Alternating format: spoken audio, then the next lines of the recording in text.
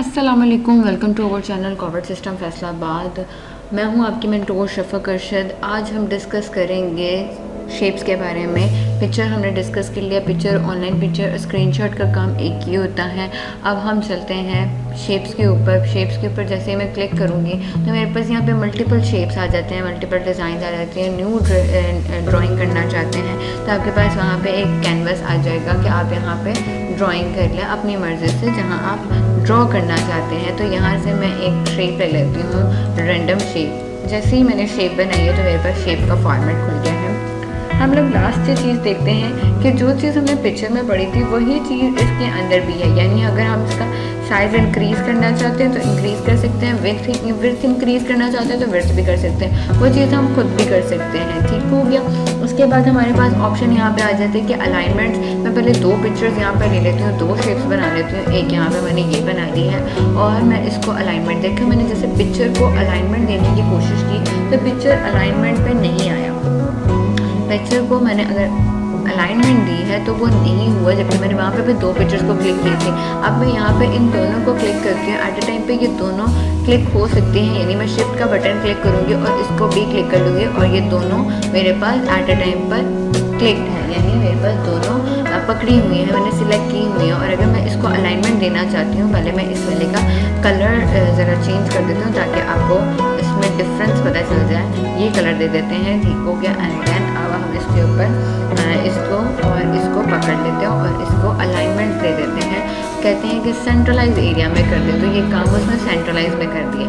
दोनों को centralise area में लगे। टॉप पे लेके जाना चाहते हैं तो टॉप पर, और अगर मैं चाहती हूँ कि ये मिड में आ जाए तो मिड में, अगर बॉटम में चाहती हूँ तो बॉटम में शिफ्ट हो जाए, तो राइट में तो राइट और सेंटर में तो सेंटर। और अगर मैं चाहती हूँ कि ये काम लेफ़्ट में हो जाए शिफ्ट, तो ये लेफ़्ट में हो जाएगा। तो ये इसके अंदर के काम है कि जो पीछे से पेज बड़ा होगा, अगर मैं ये वाला पेज इस तरह कर देती हूँ और ये वाला इसको बड़ा कर देती हूँ, इस वाले शेप को मैं बड़ा कर देती हूँ 2 सेकेंड।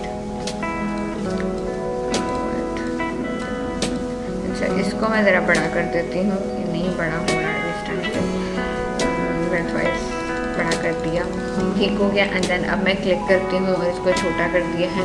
तो ये देखिए यहाँ पे क्या कर रहे हैं, इसको भी शिफ्ट कर लिया, इसको भी और इसको भी क्लिक कर लिया। और अभी जाके यहाँ पे उसको अलाइनमेंट देती हूँ और अब मैं इसको सेंट्रलाइज करती हूँ, तो इसको सेंट्रलाइज इस तरह से कर दिया इसने। और अगर मैं चाहती हूँ कि इसको राइट में कर दे तो इस पहले ये वाले पेज को राइट हो रहा था, अब ये वाला राइट हो रहा है, क्योंकि ये बड़ा अब ये छोटा। तो ये इसके अंदर का काम है। और अगर मैं इसको फॉरवर्ड बैकवर्ड करना चाहती हूँ, यानी मैं चाहती हूँ कि ये इसके पीछे चला जाए, वो इसके आगे की तरफ आ जाए, इसको ज़रा सेंट्रलाइज एरिया में करके मिड में कर देती हूँ ताकि फिर हमारा काम समझ आ जाए। ये अब जो ऊपर वाली पिक्चर है, ये पिक्चर को मैं कहती हूँ कि पीछे की तरफ शिफ्ट हो जाए। यहाँ से मैं बैकवर्ड को क्लिक करूँगी। जैसे ही मैंने ऊपर वाले पिक्चर को क्लिक करती हूँ तो ये बैकवर्ड हो जाती है। और अगर मैं चाहती हूँ कि वो वाली पिक्चर ऊपर वाली साइड पे आ जाए तो ये फॉरवर्ड हो जाएगी, ठीक हो गया। और अगर मैं चाहती हूँ कि इसका मुझे पैन शो हो जाए तो मुझे यहाँ पर शो हो जाएगा मेरा ओवल ये और रेक्टेंगुलर मेरे पास ये है। और मैं चाहती हूँ कि ये रैप टेक्स्ट हो जाए, यानी मेरे पास मैं वही चीज़ के नीचे अपने वर्किंग एरिया को लिख लेती हूँ, जैसे कि वही bracket RAND red and bracket 9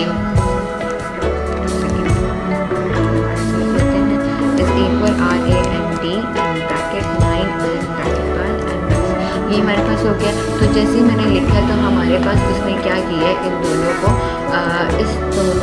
उसने क्या कर दिया है पीछे की तरफ। या तो कह रहे हैं कि ऊपर वाले टॉप पे लाइन ले जाओ, या तो इसको स्क्वायर में कर दो, या फिर टाइटली कर दो, इसके करीब कर दो।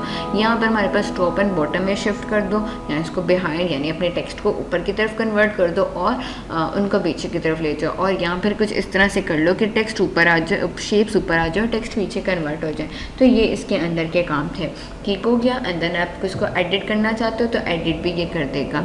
एडिट जैसे ही हमने पिक्चर को एडिट किया था वैसे ये इसको भी एडिट करेगा, लेकिन एडिट में हमने एक शेप थी पीछे उसको एडिट किया था, ना कि पिक्चर को एडिट किया था, इसके अंदर की शेप को। जैसे ये एक शेप है तो हम इसको एडिट करेंगे, फिर ये एक शेप है तो इसको एडिट करेंगे, इस तरह करके वो एडिट का काम करेगा, ठीक हो गया। एंड देन आप कह रहे हो कि उसको मुझे पोजीशन देनी कुछ इस तरह से पोजीशन देनी, क्योंकि मैंने सिलेक्ट वो वाला किया हुआ है। पर अगर मैं ये भी सिलेक्ट करती हूँ, अपने इसको भी सिलेक्ट कर लेती हूँ तो और मैं अप दूँगी तो ये दोनों अब मूव होंगे समझ आ गई है वो दोनों को मूव करें। मैं इसको छोटा करके दिखा देती हूँ, फिर आपको अच्छे से समझ आ जाएगी।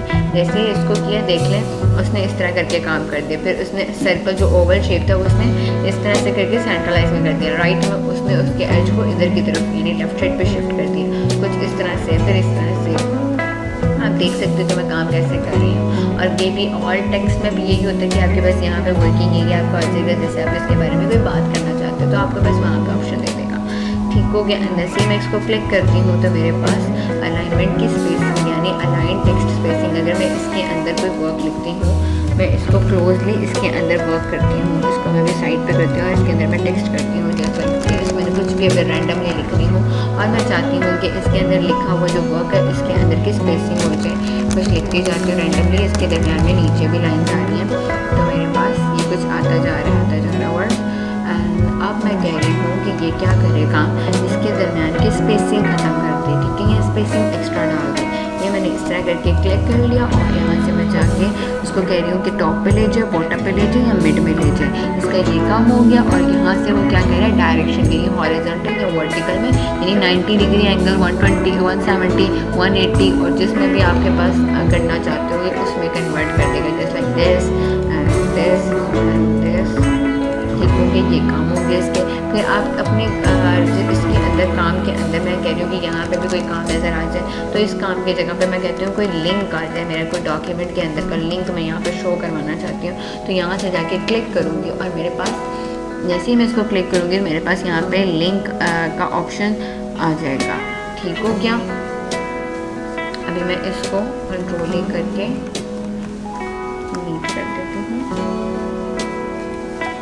एंड देन अब मैं कह रही हूँ कि मुझे इस शेप के अंदर इस चीज़ को यानी अब ये जो टेक्स्ट मैंने किया है इस पिक्चर के अंदर को जो टेक्स्ट किया हुआ है वो टेक्स्ट जो है उसको मैं शेप या एडिट या कोई डिज़ाइन देती हूँ। जैसे ही हमने यहाँ पे हमने टेक्स्ट इफेक्ट पढ़ा था, टेक्स्ट इफेक्ट यहाँ पे आप इसको रख के देख सकते हैं। ये देखिए टेक्स्ट इफेक्ट यहाँ पे। और हमारे पास जब हम शेप में आते हैं तो यहाँ पे उसने क्या नाम दे दिया है, वर्ड आर्ट। इसको टेक्स्ट इफेक्ट भी कहा जाता है और वर्ड आर्ट भी कहा जाता है। एंड देन वर्ड आर्ट के अंदर से हम मल्टीपल इसके अंदर डिज़ाइन ले लेते हैं। ये मैंने डिज़ाइन ले लिया, ये डिज़ाइन ले लेते हैं ताकि हमें हमारा काम प्रोमिनेंट हो। और ये वाला कलर ले लेते हैं, हम कहते हैं ये कलर हमें शो करवा दे और इसकी आउटलाइंस का कलर जो है वो रेड कलर कर दे। कुछ इस तरह से काम हो जाए और हम जब इसको क्लोजली देखें तो हमारा काम इस तरह हमें शो भी हो। या फिर हम कहते हैं कि कुछ इस तरह का काम हो जाए, वाइट में चला जाए, वाइट में शिफ्ट हो जाए तो ये हमारा काम कुछ इस तरह से काम हो जाएगा। यहाँ पे उस एरिया को पहले सिलेक्ट कर लेते हैं, सिलेक्शन हमने खत्म कर दी है और अब हम वाइट को क्लिक करेंगे तो इसकी आउटलाइन जो है वो हमारे पास क्या होगी है, वाइट होगी और इसके अंदर का फिल कलर जो है वो येलो कलर का हो गया। और अगर आप कहते हो कि मुझे उसके अंदर 3D मॉडल इफेक्ट्स वगैरह डालने हैं तो आप इस तरह करके डाल सकते हो। उसको ट्रांसफ़र नहीं करना चाहते हो तो आप इस तरह से जाके उसको ट्रांसफ़र कर सकते हो। कुछ इस तरह का शेप है, कुछ इस तरह के शेप्स में कन्वर्ट करना चाहते हो। और आप अपनी शेप के बारे में बात करना चाहते हो। पहले तो हमने टेक्स्ट के बारे में बात कर ली, अब हम शेप के बारे में डिस्कस करना चाहते हैं। तो शेप के अंदर का भी काम यहाँ पे वही डिज़ाइंस, वही इफेक्ट्स, वही कलर्स मेरे पास हैं। अगर मैं कहती हूँ कि यहाँ से नहीं यूटिलाइज़ करने, मुझे यहाँ से करना है, पहले मैं इस एरिया को सिलेक्ट करूँगी एंड देन फिर बाद में उसको कहूँगी कि ये कलर देना चाहती हूँ, ग्रीन कलर देना चाहती हूँ। ग्रीन कलर के बाद मैं कहती हूँ कि उसकी आउटलाइन का कलर येलो कलर होना चाहिए। ठीक हो गया, तो वो येलो कलर में शिफ्ट हो गया। और मैं कहती हूँ कि इसके अंदर भी इफेक्ट्स वगैरह 3D मॉडल्स का ही काम हो जाए तो वो वाला काम भी इसके अंदर आ जाए, जैसे कि ये वाला काम उसमें कन्वर्ट कर दें। लास्ट चीज़ हमारे पास ये दो रहती है। इसमें उसने क्या बताया कि आप अपनी शेप को, मैं इसको पहले वापस अपने ही सूट में ले आती हूँ, ये एरिया में लेके आए और अब मैं कहती हूँ कि इसको मैंने एडिट करना है। ठीक है, यानी मैं कह रही हूँ कि इसको मैं किसी दूसरे शेप के अंदर कन्वर्ट करना चाहती हूँ। यहाँ पर मैं इसके एजेस को कन्वर्ट करना चाहती हूँ। जैसे मैं यहाँ पर अपना काम किया था, शेप को एडिट किया था यहाँ से। ठीक हो गया, तो यहाँ से भी वही काम है कि मैं पिक्चर को एडिट करना चाहती हूँ और मैं ये कह रही हूँ कि मेरा काम कुछ इस तरह में कन्वर्ट हो जाए या मेरा काम कुछ इस तरह में कन्वर्ट हो जाए, इस तरह का लिखा हुआ नज़र आ जाए।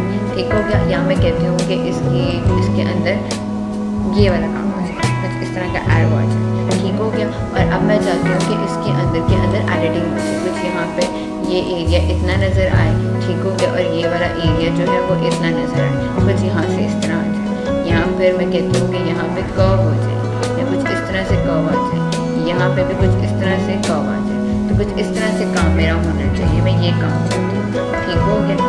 ये इस तरह के काम को आप अपनी मर्जी से भी कर्व कर सकते हैं, शेप दे सकते हैं, डिज़ाइन दे सकते हैं, इफेक्ट दे सकते हैं, और इनको यूटिलाइज करके आप अपना काम को और भी नीट एंड क्लीन और प्यारा और डेकोरेटेबल बना सकते हैं। तो हम मिलते हैं अगले लेक्चर के लिए, जिसमें हम आगे से डिस्कस करेंगे आइकन और 3D मॉडल को। अल्लाह हाफ़िज़।